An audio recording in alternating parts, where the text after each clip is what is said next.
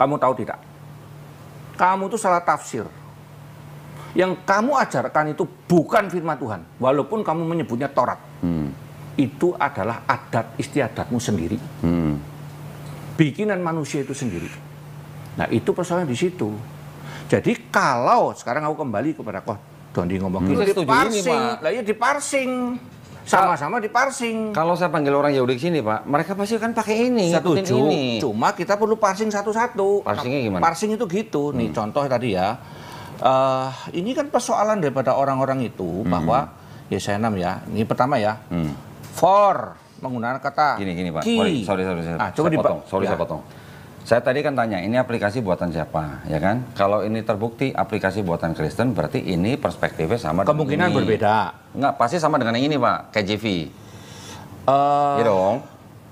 Gini, bahkan nanti kalau kita mau membahas yang begitu, Yahudi pun punya beberapa. Bisa tunjukin nggak, Pak? Ya ada, memang. Saya bukan orang Yudaisme. Oh, enggak, justru kita harus paham perspektifnya mereka bagaimana. Kalau kita nggak paham perspektifnya Yahudi, Pak, nggak usah ngomongin ini. Kalau bicara perspektif Yahudi, nggak ada yang jadi Kristen. Lah memang. Lah iya makanya. Harusnya begitu, Pak, memang. Karena begini, ini poin saya begini, Pak. Kitab ini yang menulis Yahudi, yang menyusun Yahudi. Tetap. Tunggu dulu, Yesus orang Yahudi. Sebentar, sebentar, saya tahu. Yang ini yang menulis Yahudi, yang menyusun orang Yahudi, dan akhirnya dijadikan perjanjian lamanya orang Kristen. Kalau bilang Yesus Yahudi, betul Pak, Yesus Yahudi. Tapi Yesus juga di dalam 4 gospel, yang menulis juga belum tentu orang Yahudi. Yang menulis. Ya. Dan yang menulis 4 gospel, itu setelah surat-surat Paulus tertulis, Pak. Betul nggak? Setuju nggak, Pak? Paulus atau 4 gospel dulu yang ditulis? Gospel dulu. Enggak. Ya, menurut gini ya. Ini memang sekali lagi karena kerumitan di situ. Enggak ada rumit sebenarnya, Pak. Tafsirannya banyak. Oke. Memang Injil terakhir atau surat terakhir itu Yohanes waktu masih. Enggak, yang pertama ditulisnya dari 4 gospel itu. Yang pertama apa, Pak? Aku pernah mempelajari itu Yakobus. Surat dari Yakobus. 4 gospel.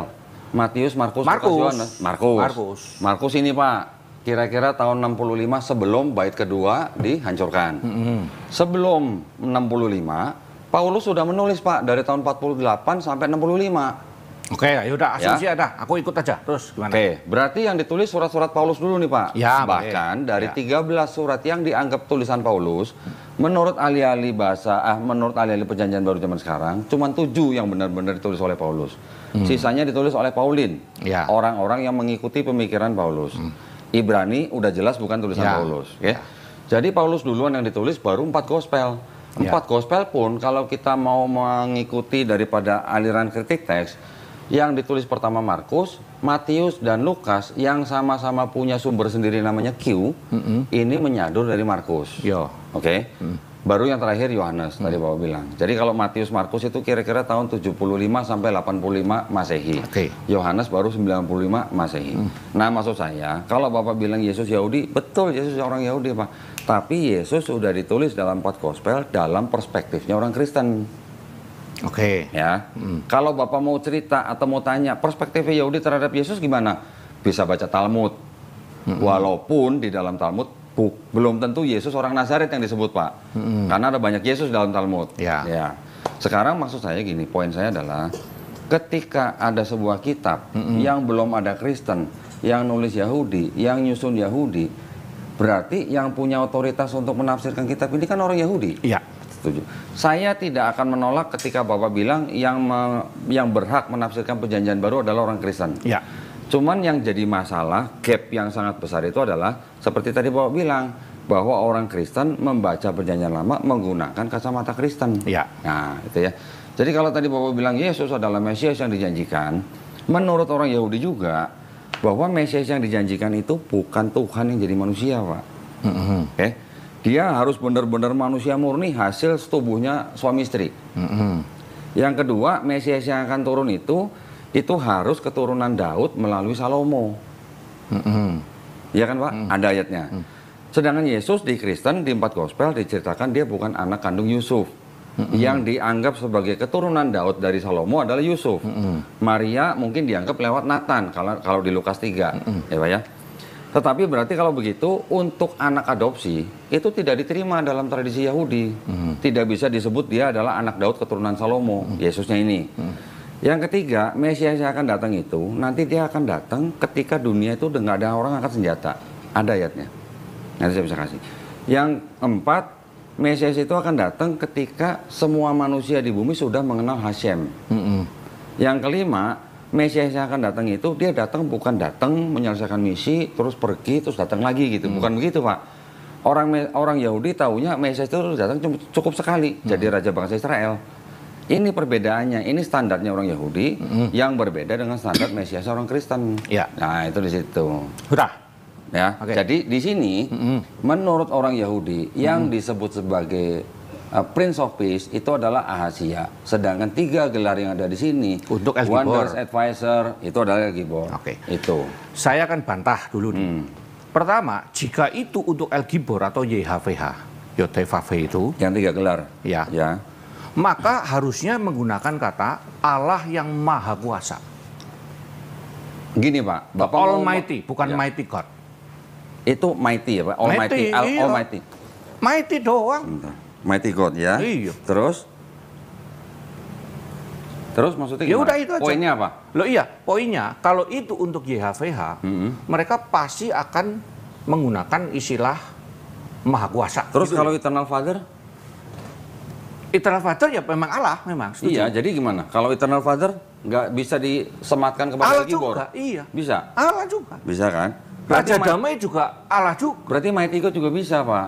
Iya, loh. Wonders Advisor juga bisa. Allah yang kekal, jelas Allah itu kekal. Iya. Jelas ya. Allah itu berkuasa atau maha kuasa? Bisa berkuasa, bisa maha kuasa, Pak. Enggak. Kalau Bapak berkuasa baca di- itu raja berkuasa. Ya, Bapak baca di Mazmur 147 kalau nggak salah. Sama Ayub, sebentar, saya lupa Ayub berapa. Ayub Mazmur 9. 147 sih yang bagaimana? Sebentar, gini Pak, sebentar.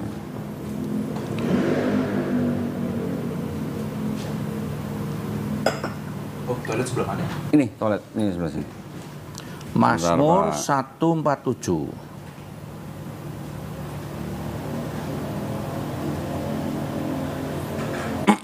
Aku waktu itu nggak mau lulus-lulus karena begini. Perdebatan-perdebatan semacam ini jujur aja.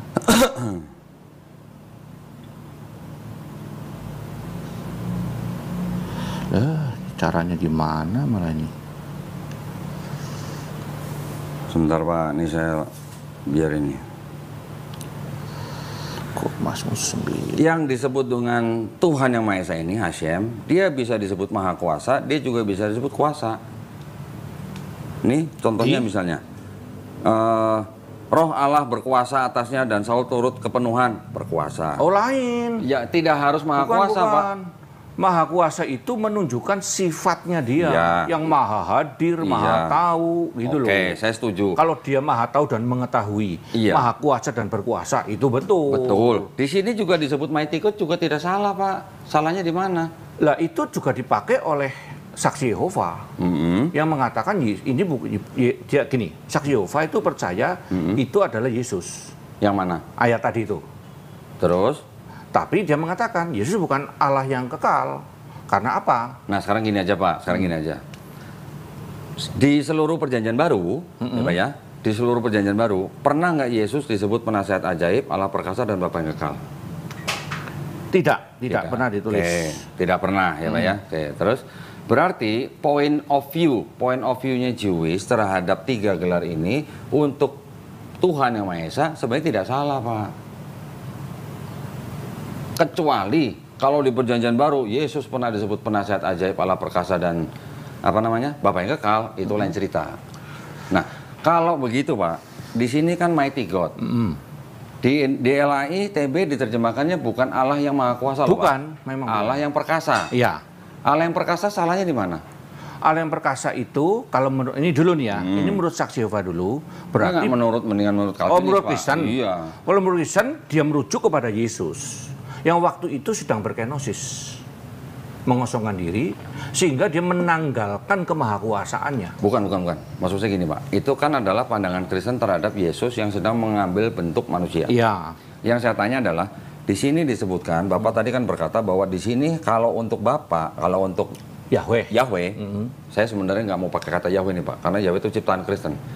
Enggak, itu kita juga Kristen juga cuma sepakat aja lah. Oke lah. Wong kita nggak tahu kita kok sebut nih ya satu yang Yahweh YHWH ya. lah. Atau Hasimnya Kalau Bapak boleh. bilang ini tidak cocok untuk Yahweh karena di sini menggunakan Mighty, terus Bapak usul tadi menggunakan harusnya Almighty. Kalau begitu di sini kenapa diterjemahkan perkasa bukan kuasa? Gitu. Iya, maha perkasa sama maha kuasa sama. Nah, iya, berarti sama Pak. Iya, Berarti memang sama. Berarti tidak ada masalah dengan Mighty God di sini. Karena perspektif penerjemah pun menerjemahkannya ya sudah. dalam perkasa bukan Saya maha masih kuasa. punya jawaban untuk itu. Oke, silakan. Buat tiga itu Pak untuk Yahweh setuju dan Yesus itu Yahweh. Oke, nah Yahweh, itu ya. sudah berarti lari ke perjanjian Kristen. baru. Iya. Ya, oke. Tapi Bapak setuju dengan saya bahwa perspektifnya Yahudi terhadap Yesaya 96 ini dengan perspektifnya Kristen berbeda. Ya beda semua. Nah, karena memang Dari awal yang punya beda. karena memang yang punya otoritas untuk menafsirkan ini kan harusnya Yahudi. Oke. Setuju dulu ya. Oke. Udah selesai? Ya. Saya mau jawab sekarang. Terus, Pertama, Yesus adalah rabi Yahudi. terus, Paulus juga rabi Yahudi. Lalu Yahudi yang mana yang mau kita pegang? terus, Itu dulu. Dalam zaman itu ada Hillel dan ada Shammai, Ya. dua aliran besar. Ya semacam mazhab gitulah Ya. ya di zaman itu. Nah, jangan lupa Paulus itu adalah rabi, muridnya Gamaliel. Sehingga kalau dalil yang mengatakan bahwa Yahudi menerjemahkan itu juga rasul-rasul Yahudi semua. terus. Jadi kita juga nggak masalah bahwa ketika ada rabi Yahudi lalu membuat kitab perjanjian baru untuk membuat tafsiran dari Yahudi yang lain, maksudnya yang non Kristen, yang salah. Saya bisa tunjukin kok, dia salah tafsir kok. Silakan. Oke. Coba. Misalnya tentang ayat jangan bercerai.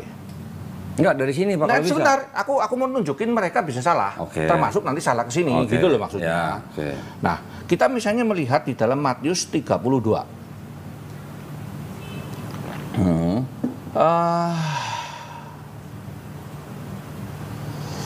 Bentar, mana ya? Tentang soal cerai ya.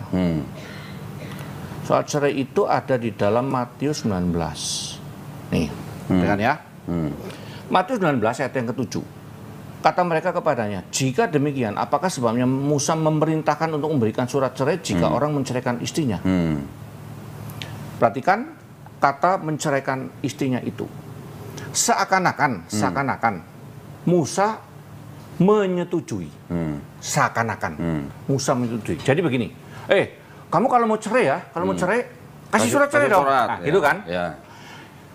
Itu adalah satu penyelewengan secara tipis dari perintah Taurat yang kemudian oleh orang Yahudi yang kemudian kita sebut sebagai mitzvot hari ini tuh yang 613 itu sebagai sesuatu yang tidak akurat tafsirannya.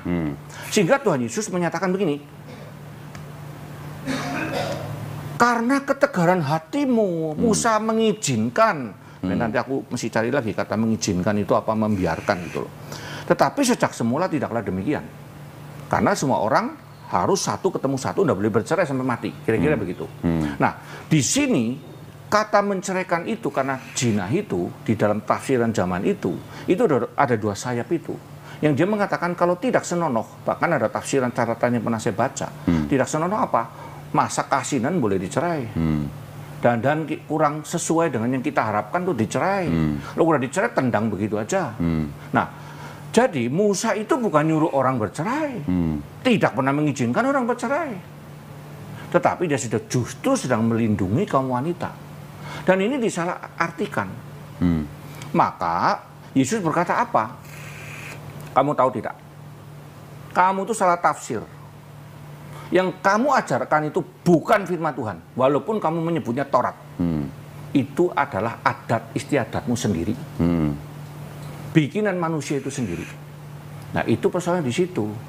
Jadi kalau sekarang aku kembali kepada Dondi ngomong gini, kalau orang Yahudi dihadirkan ini itu, ya kita cuma ketawa. Kenapa kita ketawa? Harusnya Yahudi yang nulis, setuju panggil yang nulis, mereka nggak ada yang nulis, termasuk yang menafsirkan hari ini juga bukan penulis, Paulus juga bukan penulis, sehingga draw istilahku. Nggak ada draw. Draw, dia rabi sama rabi kok. Terus? Yesus rabi, Paulus rabi, mereka juga rabi.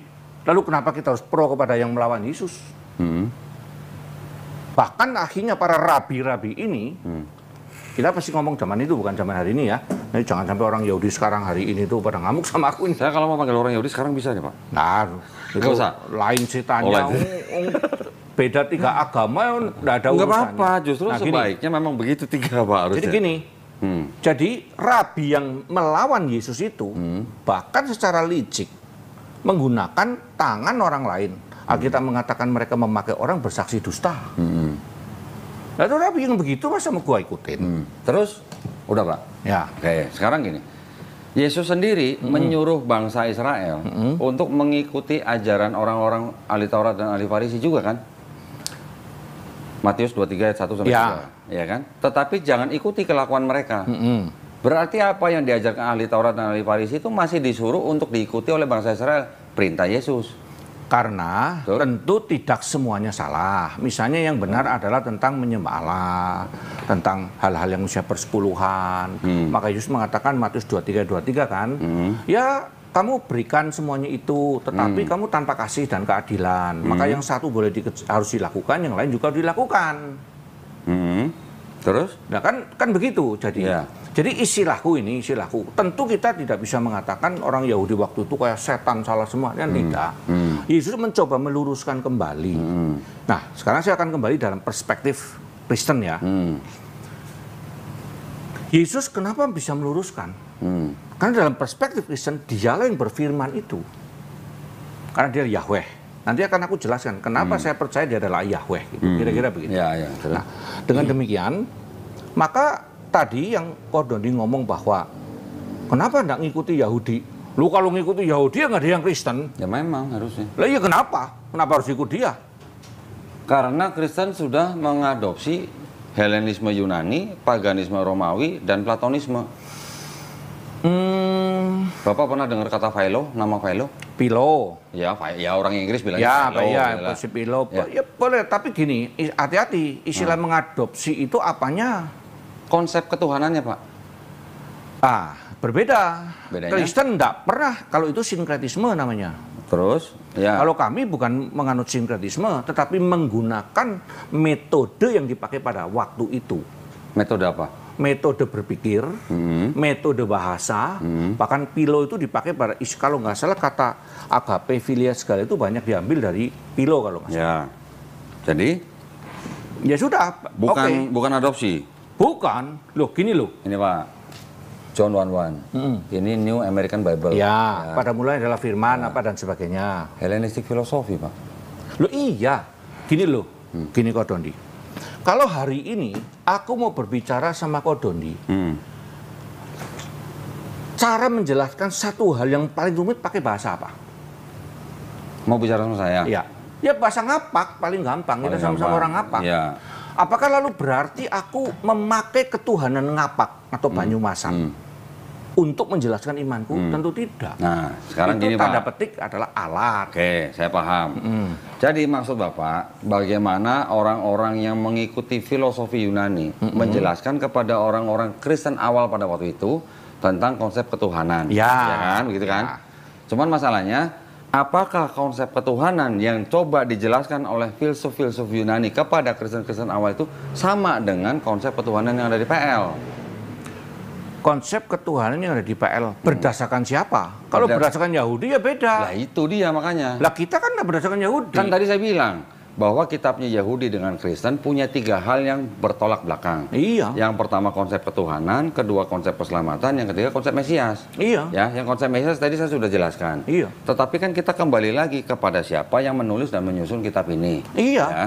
Ketika gini, sekarang saya coba kasih pertanyaan yang agak panjang nih Pak. Ya.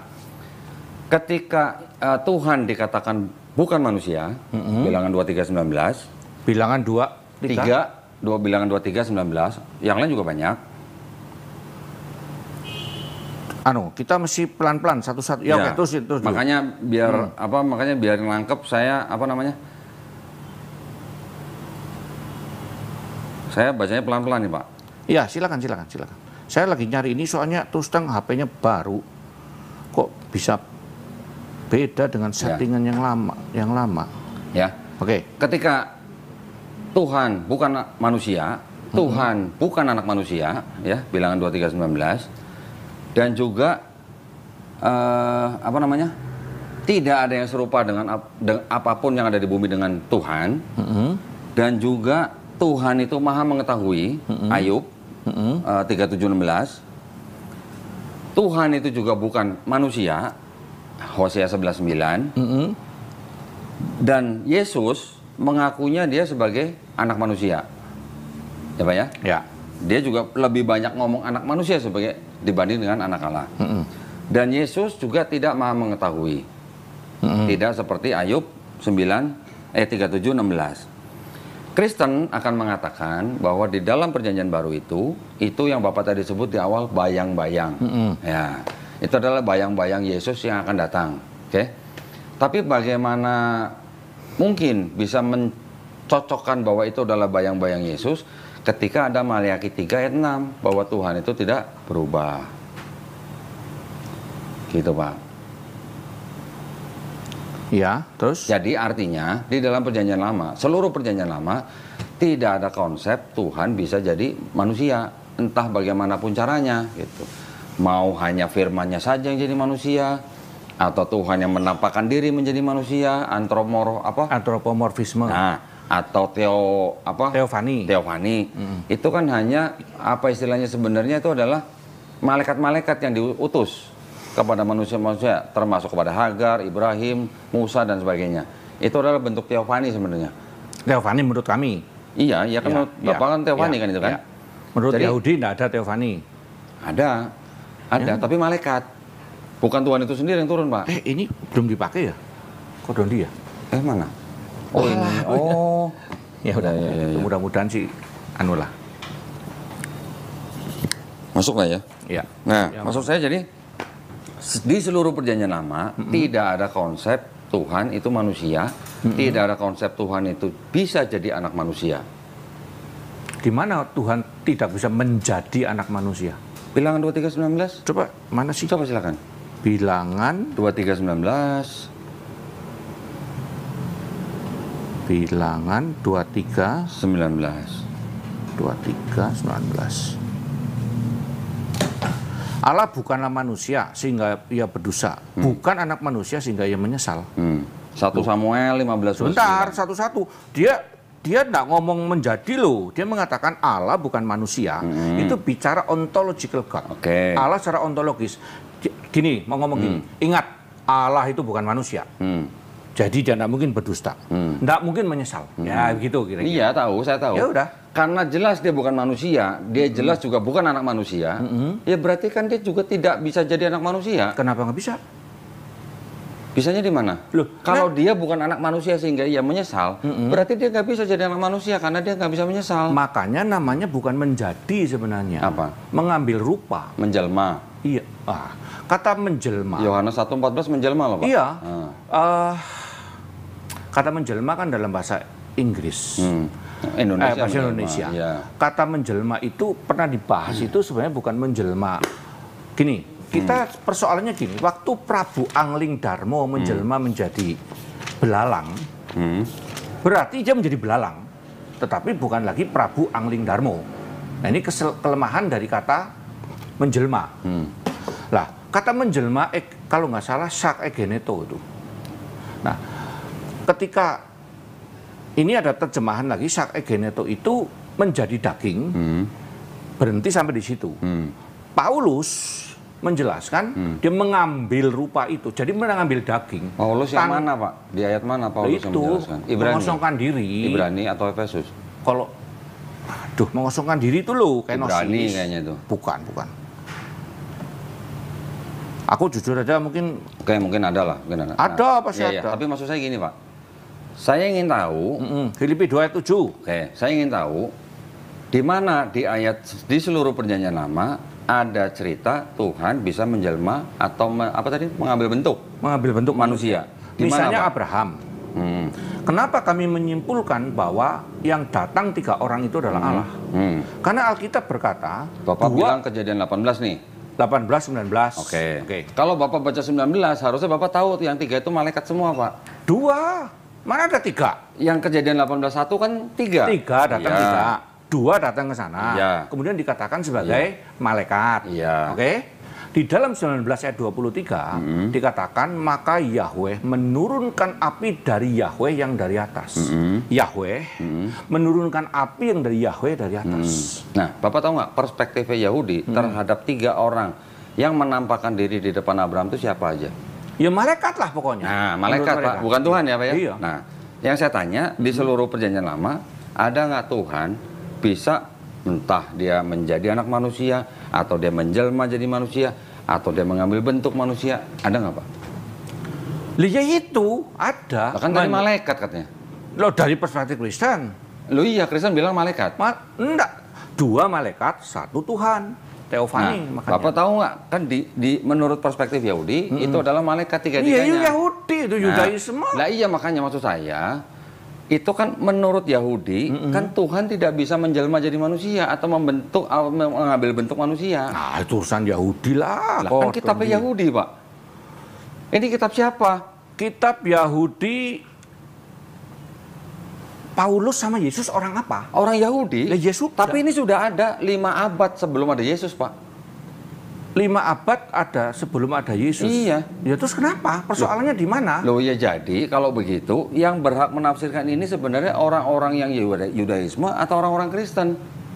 Ya pada waktu itu Yesus dan Paulus ya Yudaisme dong. Yudaisme. Iya. Paulus Yesus Yudaisme. agamanya apa pada waktu itu? Kalau Bapak nanya agama, menurut saya perspektifnya siapa nih? Ya kodon dia aja. Perspektif Islam. Iya. Yesus Muslim, Pak. Ya itu nanti sama aja aku ngomong Iya. bahwa Abraham juga Kristen. Iya, itu perspektif Kristen. Iya. Nah, tadi kan saya bilang kita lepasin dulu nih Pak. Iya. Saya lepasin baju Islam, Bapak lepasin baju Kristen. Jadi kalau Bapak nanya Yesus agamanya apa? Menurut Bapak, orang Yahudi, menurut orang Yahudi apa? dia rabi kok. Betul, rabi. Rabi mana ada rabi Kristen? Betul, rabi Kristen. Iya. Rabi Yahudi. Iya. Terus kalau rabi Yahudi dia agamanya apa? Ya Yudais toh. Apa sih Yudaisme itu? Kapan ada Yudaisme, Pak? Saya tanya. Yudaisme itu apa dulu definisinya? Ya orang-orang yang mengikuti ajaran daripada orang-orang Yahudi. Tanah. Iya, tanah. Nah, setuju kan? Setuju. Jadi Yesus dan Paulus justru taat mengikuti tanah. Oke. Atau perjanjian lama bahasa Oke. kita. Dan dia punya perspektif yang berbeda dengan Yahudi yang lain. Oke. Kan gitu. Sekarang. Dong akhirnya Nikodemus bertobat kok Oke. dalam sejarah. Sekarang kalau begitu, Pak, Ya. Yesus pernah nggak mengatakan dia membatalkan Taurat? Yesus tidak pernah mengatakan membatalkan Taurat. Paulus Dia pernah nggak hanya- mengatakan? Nah, sekarang kita definisikan dulu. Taurat itu apa? Ya ini hukum mungkin termasuk yang 613.